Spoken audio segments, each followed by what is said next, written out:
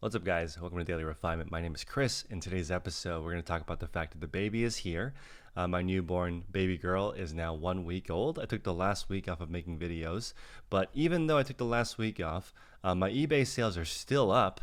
And to be honest, this whole baby experience has made me a much better reseller. So I want to talk about our birthing experience. I say our birthing, my wife's birthing experience, and then how it's really changed me and how I do my eBay business. So I appreciate you guys sending support. The baby was 7 pounds 4 ounces healthy.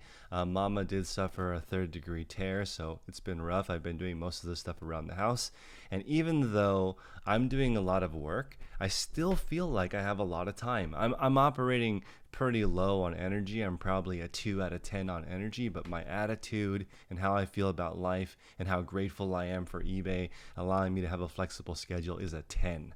I feel fantastic about e-commerce and the fact that I can make sales while I'm preparing food is awesome. Sales are up. I'm at 43,000 for the last 30 days. Considering I haven't listed as much because I've been busy, I'm excited about that. But I can't tell you how awesome it has been literally learning about how babies work. And I feel like this is exactly how reselling works. And it just comes down to the fact that a baby really doesn't know how to do anything. You have to teach it like how to feed, how to breastfeed, how to go to sleep, when it's born, it literally is confused day and night. So the baby has been sleeping during the day and awake at night. So that's been challenging. Mama sleeps when baby sleeps. That was really, really good advice from a lot of different people gave me that advice. So that's go time for me. When they both go to sleep, I have time to work on customer service or get listings done or clean. Or between the two of us, we only have one grandparent that can help, and she was a working mom, but now she's a working grandma. So it's mostly just us doing all of the work, and I'm trying to run a business. So it's like there's a lot going on. So I'm part of that hashtag team no sleep right now, but I will tell you, I am feeling really good. My spirits are really high. I'm super grateful. Shout out to Hustle at Home Mom and Sarah Stiles for sending me some pretty heavy Grubhub coupons for food. So thank you so much. That's come in really handy because, as you guys know, the most anxious thing I was worried about was meal prep. So thank you so much for sending such a thoughtful gift. And of course, shout out to Reezy Resells for sending $100 for diaper money. Of course, that's going to come in super helpful. And Reezy was the one that got me to start my YouTube channel. So appreciate Reezy as well. I can't imagine really other industries where your competition sends you thank you cards and wishes you the best and shows you how to compete with them on their platform. So eBay and YouTube is an interesting world. So I want to talk about the hospital experience. It really, really was exactly like reselling. I know it sounds weird to say, but it's a really good business looking at how a hospital works. From the parking attendant all the way to the anesthesiologist, I learned a lot. So I wanted to share my experience with you guys because it was excellent. So we had 7 complications during the labor and delivery process. So even though there were 7 complications, no one made us feel like there was anything wrong. So I feel like that's important. And when you're running an eBay business, when you're running any kind of business, there's a lot of things that go wrong. They don't go as planned. But you don't want the person in charge to be panicking because it's going to make everybody else panic. The person at the top needs to be the most calm person possible so that it can go smoothly. I got a ton of advice and from my wife's friends and my friends saying try to do as much of the labor at home as possible because it's more comfortable. So great. When we arrived at the hospital, my wife was already 7 centimeters. This is our first baby, right? And that's pretty far along the way. In fact, to the point where you may not be able to get an epidural, which is the drugs that helps numb you through the pregnancy process. So when she arrived, it's always like you get the nurses' faces that are like, are you really in pain? But then when they checked and saw that she was at 7 centimeters, they're like, oh wow, she's in pain. If she wants the epidural, it needs to happen right now. So the anesthesiologist came in. Of course, anesthesiologists make a bank, right? They're well into the hundreds of dollars an hour for their work. He came in. He knew exactly what to do. He said she needs an IV right now. I will not give her the drugs if she's not hydrated. get that going right now. Get me this, get me that. Took care of everything, got it going. To me, it looked like everything went smoothly, but it didn't. There was a few other things that needed to happen before she could get the epidural. She ended up getting it in about 1 hour after we arrived. And it didn't take that long. Throughout the process was like maybe 8 hours from when we arrived to the hospital to the baby being born. It did not take that long. In my opinion, I was actually prepared for 3 days. I had 3 days of snacks, food. I made all these sandwiches thinking that I might be in there a long time because like I'm 6'2" and my wife's 5'5", and I was an 8-pound baby. So I assumed my baby would be bigger than me, because I'm bigger than my parents and she's bigger than her parents. Why would the baby be smaller? But the baby ended up being only 7 pounds 4 ounces, but it still resulted in 3rd-degree tears, which is bad news. So that was crazy. And looking at the doctor go through the process, she was completely calm. She knew exactly what to do, and it was just brilliant. I love watching all these high-level people do their job. And that just makes me think, when you're doing reselling, a lot of people want to do it their own way. You don't want your doctor, your anesthesiologist doing it their own way. You want them to do it by the book. It's important. So if it's important, you guys should do it by the book. You should fill out as many item specifics as you can. As my colleague Tech and Sports, who I run this Facebook group with, he was saying, imagine your doctor trying something new on the day of your delivery, right? Or if they decided to just skip the item specifics on your birth certificate, that would just cause a whole bunch of problems. So don't skip any steps when you are when you're running an eBay business or when you're delivering a baby. Do everything. Cross all the T's, dot all the I's. So I thought this was crazy. Right now, obviously we are in a pandemic, or actually towards the end of it, but only one person was allowed with the mom. So it was me. So when I checked in, the mom went into the triage room and I had to exchange my ID for the one visitor card per room. And it was a really good system. Somebody set it up so that every room has one visitor pass. You take the visitor pass out, you put the driver's license in the same slot. When the person comes back, you put the room pass with the driver's license, and then it's easy to find. But the lady that was taking the driver's licenses did not like the system.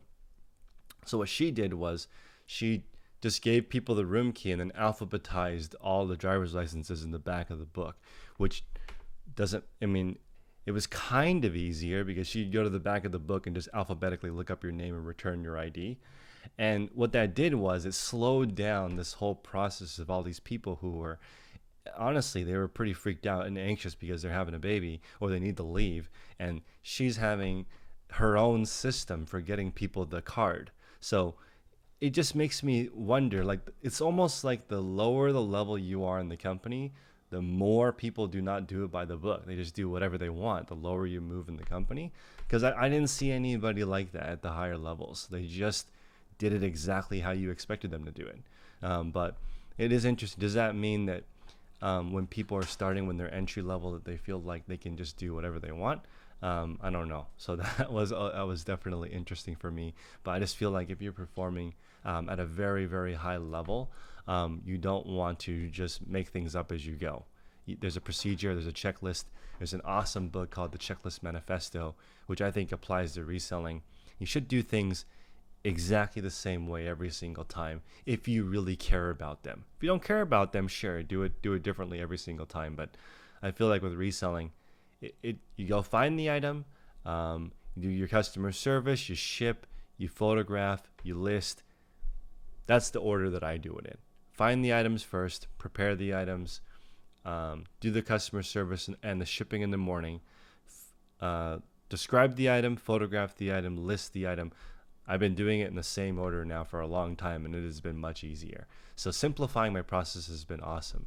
But I'm telling you, the only reason that I can still operate is because my business is always in the same order. If I had to redo it, there's no way I could do it because there's too much stuff going on. I've got a YouTube channel. We're running this Facebook group of 400 people. For example, Michael in the group, he is selling jeans, right? He's in the UK. You can see he grew his store from 63,000 to 81,000 or sorry, 81,000 euros. So 60,000 euros to 81,000 euros. You can see here he's in the replenishables game. So people who sell items that are similar, they don't have to list every day. What they need to do is update the quantity every day. So it depends on what kind of things that you guys are selling, but you want to learn from different people. So somebody else in the group wants to also sell jeans, so they are learning to source. So you want to look at potentially discount stores, potentially thrifting. You just start looking in your specific area for whatever category you want to sell in. Just start niching down. So I think this is cool. If you operate like a surgeon or a doctor or an anesthesiologist, you just do one thing really well. You don't have to do everything. The anesthesiologist is not the same person performing surgery on a tear. It's different jobs for different people. They just pick one thing. And I get a lot of heat on this channel for people saying, I don't want to only sell one thing. I want to sell lots of things. I'm not saying you can't sell lots of things. I'm just saying if you want to be really high level at something, you start making hundreds of dollars an hour instead of sort of, you don't really know how much money you make because it depends on what you find. But if you sell only in one category, you can get predictive results. Like 80,000 euros over the 30 days is a lot of money. Just selling, this is a 100% jean store, right? So that's, you can have every single day be different, but if you want some kind of predictable results, I recommend just doing one thing over and over again. So we have Ashley, Hustle at Home Mom, and Monica the Posh Hanger as coaches. That's been really enlightening to me. One nugget today from Monica, or from Jack Video Game Sourcing's call, was that Monica mentioned that from an Amazon group, somebody said that at a certain point you feel like you're dealing with house money, and it gives you this level of confidence, because when you're getting started, you might have a limited bankroll, you might not have a lot of capital to do this, and at a certain point you feel like you're using the house money, and you feel better because it's no longer your money, you're just selling off of the profits. Now let me tell you, I actually think that that's 100% true, but it happens sooner than you think. So when you're just getting started, you need to be really careful on what you buy because you're just learning. So just be more picky. When you're just starting, think about what you're buying. Try to get stuff as cheap as possible so you can get more repetitions in. So if you buy something if you have a $10 budget when you go into the thrift store, just maybe go to 3 thrift stores and try to find the best item you can, because you have more time than money in the beginning. So for me, I actually felt like I was dealing with house money right from the beginning. Okay, so turned $1 into $3, $3 into $5. Now, if I'm buying stuff for $1, I get 5 opportunities. At this point, I can be a little bit more dangerous and buy maybe an item I don't know a lot about, because I am operating on house money, because I started with $1 and now I have 5. So 4 of those dollars eBay gave to me for finding other items that people want. So that's eBay's money really in my mind that I'm using to try different things. As long as you spend that money on new inventory to grow your business instead of a steak dinner, then you're using house money right from the beginning. Trust me, it feels really good not using your own money. When you take the profit from an item and you put that into something else, that's how you can really grow your business quickly. So it's been a trip, guys. I am just really excited that you can still grow an eBay business with this much stuff going on. And honestly, I still have time. I still waste time even now. I would say that I'm not wasting that much time, but there's still extra time in my day. I could squeeze in a little more of something else, and I just want everyone to think about that. My business is only up maybe 1 or 2% a week or 1 or 2% a month, but when you do that over time, your store is huge. I haven't listed as much over the last week. The last video I made, I was at 14,000 listings, and now I am at, let's see where I'm at. I'm at 13,309. So this last week has been brutal. My store has shrank 700 items. So, but I'll get it back up there. And I realize, there's certain periods of your time, certain periods of your life where you just can't get as many listings up. But it just depends on how you prioritize your day. And I haven't had a lot of time for BS, just like things that are not important.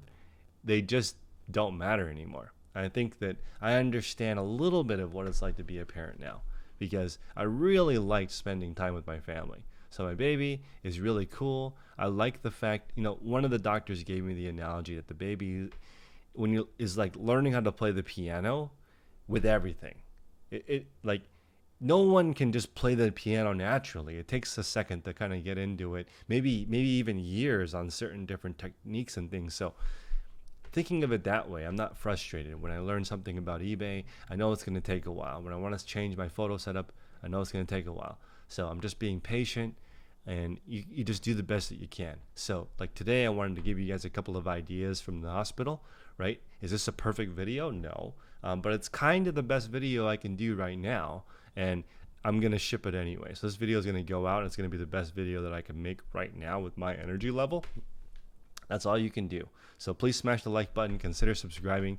As my energy level starts to recover from being a 2 out of 10, I will make videos that are a little bit more in depth. But honestly, once you get your systems in place, you can at least still operate when you're at 2 out of 10, because life's not going to throw you, I guess, an underhanded lob.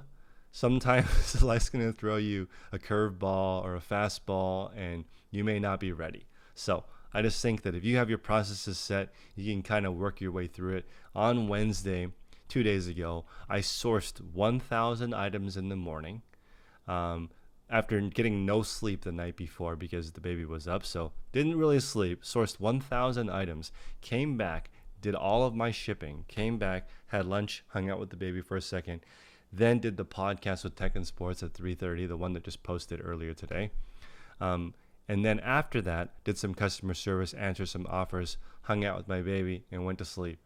It's like my day went better than before the baby.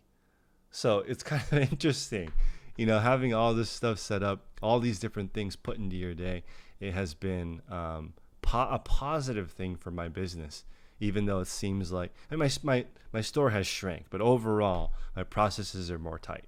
So I like it. I like this added level of responsibility, and I hope everyone out there is staying safe, especially right now. There's a lot of stuff going on as our country rebounds, and I think it's important to just do what you can. Try to be more than you need for everybody that you can. I'm super grateful for all the people who stepped out of their day to make my day easier, or my wife's day easier. One thing I did, this might be a pro tip. I don't know. I've only been a parent for a week, but I scheduled 2 baby-free dates for my wife because she's mentally pretty beat up. I mean, there's a lot. When the baby cries and it's your baby, I'm sure it doesn't make the mama feel well. So there's been 2 dates so far with her friends I've set up on Zoom. And during those dates, I've been taking care of the baby. So that's given her some actual baby-free time where she can enjoy and talk about something other than the baby and the feeding schedule. And I think that's really, really helped her psyche. That and the lactation consultant and visiting the pediatrician a couple of times in the first couple of weeks and make sure jaundice levels and whatever all that other stuff is that you need to check. The baby is now starting to gain weight. So all of that stuff is making the mama feel better, and for me, that's like the main thing. If the mama, if her emotional stability is solid and she's feeling good, then that's all I need. I can run on 0 out of 10 as long as she's feeling good. So appreciate you guys. Smash the like button. I'll see you guys next time. Until then, make progress daily.